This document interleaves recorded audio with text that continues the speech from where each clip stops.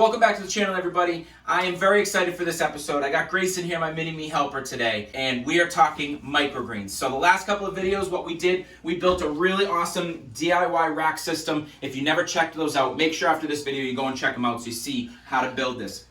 Now, microgreens. For any of you out there that don't know what microgreens are greens that are harvested at a very early stage, right after the cotyledon leaves are formed, which is basically a fancy term for your first leaves. That's when it's cut. Now, they are also probably the most profitable crop out there right now. That is because they are so small and they have such a quick turnaround time that you can grow large quantities in a very short time, and you can grow them all year round. You can grow them inside with just a really nice sufficient amount of light. So we are going to be talking about all microgreens. We're going to show you how to plant them, how to get them started, everything in between. So make sure you stay tuned. If you haven't yet, make sure you subscribe down below, hit that bell, stay tuned. So many other awesome videos that are going to be coming. Now, Grayson, are you ready? Can we get to this part right here? I'm going to show you the seeds that we have. So Grayson had the box for me. Gray, you hold this, and I'm going to take them out to show everybody. I just want to show you kind of what we are having, what we started with. There are so many other ones out there you can go through. There's probably 50 or 60 different types of seeds for microgreens. I just want to show you some of the staples that we got that are out there. So, first one we got here were pea shoots. I love these. These grow like crazy. Other than the peas, we got arugula. We got another big bag here, broccoli. I'm excited for this one. Now, broccoli is one of the most nutritious microgreens out there. That's why I got that one. We got radish, and we also got amaranth. We are going to do one whole rack today. So we actually, guys, really exciting. We already had a couple of restaurants reach out looking for us to give them some. So we are going to grow basically a whole rack just of samples to go out there and give to these businesses, hopefully gain their business. So we're going to show you how to do all of that. Guys, other things you can use microgreens for. Now, obviously, it's really good for yourself and for all your animals. Chefs like to use these as a visual enhancement, also as a texture enhancement, because a lot of them have a nice crunchy texture to them as well. So really cool. We got these, by the way, guys, we got these from a company called True Leaf, and we have heard unbelievable things about them. Very, very good reviews out there. Very fair pricing too, especially if you buy in bulk, which we're gonna have to start doing. So we are gonna take 8 trays. I'm gonna take them out, I'm gonna rinse them off, guys, just because they've been sitting here for a few days while we were setting everything up. So I'm going to get these out, I'm going to get the soil, I'm going to come back and we'll get this started. We have our organic potting mix. You guys can really use any kind of soil you want. We are trying to keep everything organic. We try and eat a lot more organic stuff, as well as the packaging that we're going to be using. We are going to be trying to use a lot of eco-friendly packaging and really just trying to limit the footprint that we make out there. So this is going to have this potting mix is going to have some pieces of twigs and stuff in it, if possible. Try and take that out. So I'm going to probably just dump some here because you want to get this, I would say probably 3/4 full. You want to make it so that when they do start, when it is time to harvest, you want to be able to kind of cut right along the edge of this and not get any soil in the scissors. Guys, after opening this and starting to put it in here, I'm finding a lot of pieces of twigs and mulch and whatnot, and that's really not what you want in your mix here for microgreens. It's just too big and thick for the tiny little roots. So I am gonna, for the sake of this video, use this, but we will be ordering better stuff. This is potting mix. What I'm gonna try and get is some organic soil. Then it shouldn't really have a lot of this stuff in there. So once you have all the soil in, it's easy. You can do a couple of things. You can either take another tray. You can take a piece of cardboard that's the same length. You just kind of want to tamp it down a little bit. Don't push super hard, but just get it really nice and flat, okay? So once we do that, you're going to take some water. Now, there's a couple of different ways you can do this. If you use a tray that has a lot of holes in it like we did, we used a tray that does have the holes, you're going to spray from the top to get it all moist. A lot of people like to use trays that don't have holes, put water in first and then the soil so it kind of goes from the bottom up. We are actually going to try both ways. For the first time, what we're going to do is just do it on these trays with the holes in it. This little sprayer here, guys, by the way, this little pump mister is absolutely amazing. I definitely recommend grabbing it. You can get it right on Amazon, and it works amazing. So we actually use this down in our turtle enclosure where it's like kind of like a rainforest. So the first time after you put this in, guys, you really want to get the soil nice and moist. So you're going to get it really, really damp. So almost so that there's like a couple of puddles sitting right on top. So we are starting with arugula, And arugula is one of the best microgreen seeds out there to start with if you are new to this, for a couple of reasons. One, it is an easier one to grow, and it's very quick. Usually able to be harvested right in 10 days, which is crazy. It also is very popular with chefs. They like to use it because it has a zesty, nutty flavor.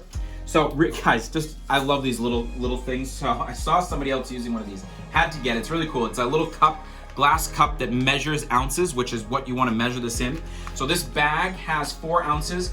Typically you can get away with about an ounce. I'm going to start with about 1.5 ounces of these seeds. So guys, again, remember, this is not like harvesting your normal plants and crops where you have to space everything out. So these can be very densely seeded, or you want them to be. You want it all nice and close together, not spread out. Just a nice little even flow here, and really good to just go basically side to side like this and start to fill in any big holes that you see. So again, the smaller seeds, you're not gonna use many ounces, but the larger seeds like peas, you typically are probably gonna use closer to 6 to 8 ounces. So it really just depends on what seed that you're using. How many seeds do you think that is? Somebody guess how many seeds you think this is. So guys, the next thing you wanna do, just very gently, you can use your hand, or again, you can use the tray if you want. I'm just using my hand with Grayson here. Just gonna very lightly kind of tamp these down, just so it makes really good contact with the soil. Now, guys, this next part is very crucial. So now we are going into your germination period. So these seeds are gonna germinate for about 2 or 3 days, typically around 3 days. You're not gonna need light. You don't need to put soil over them. You don't need to water them. After this first period, they are literally going in this for 3 days and you're not touching them. We're gonna put the other one right on top, and we're gonna use this bottom rack for right now.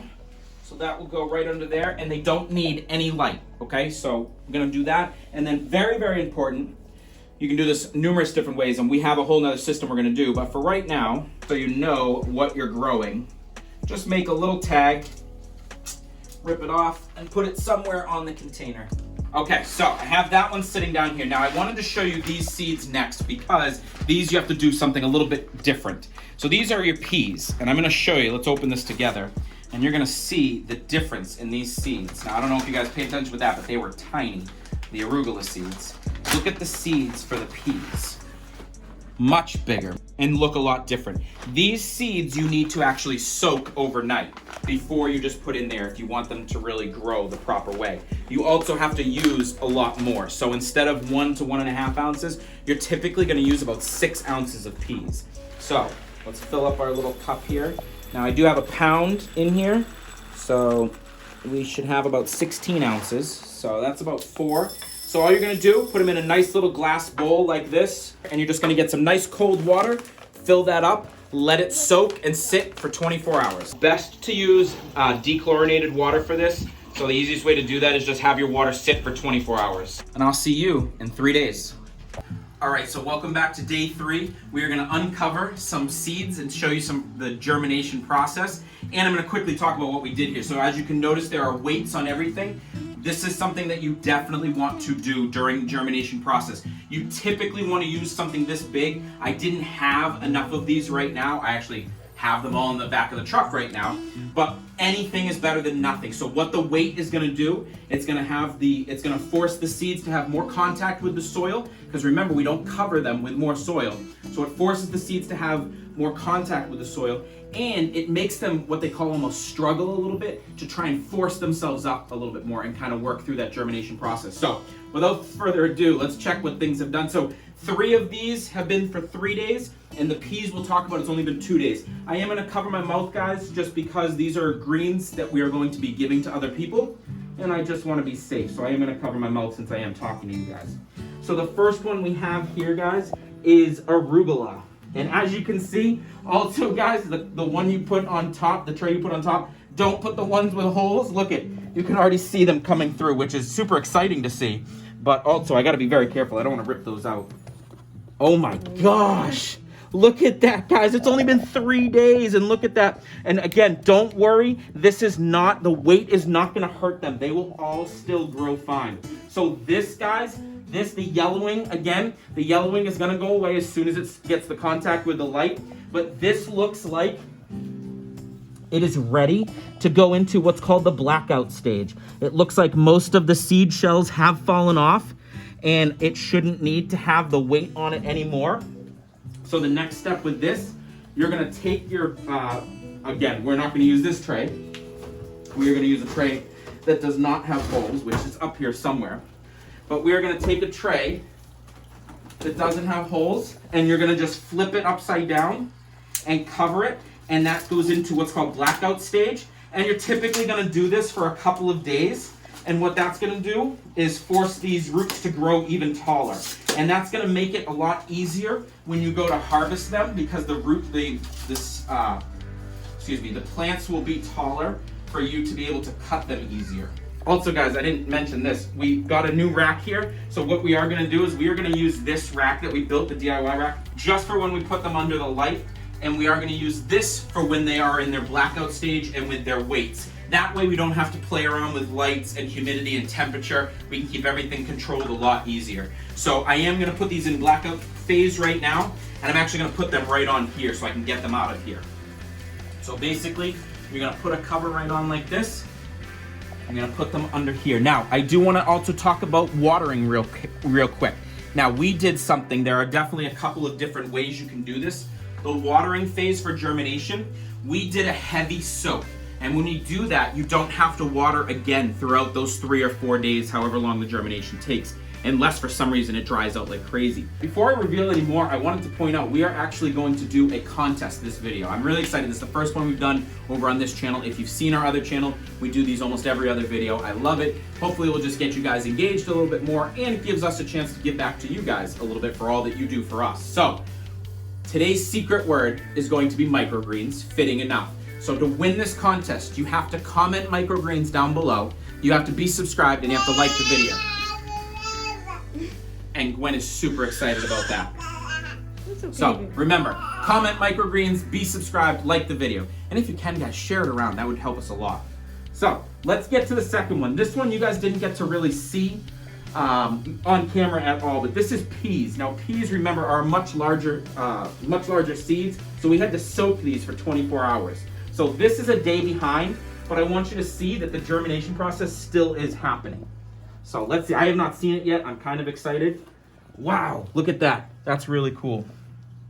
And there is one up here, and it is growing. If you get any seeds that are stuck up here and they are not germinating yet, throw them out. Don't keep them on there. Don't put them back in here. They can actually lead to getting mold in here, and it can contaminate the rest of your stuff.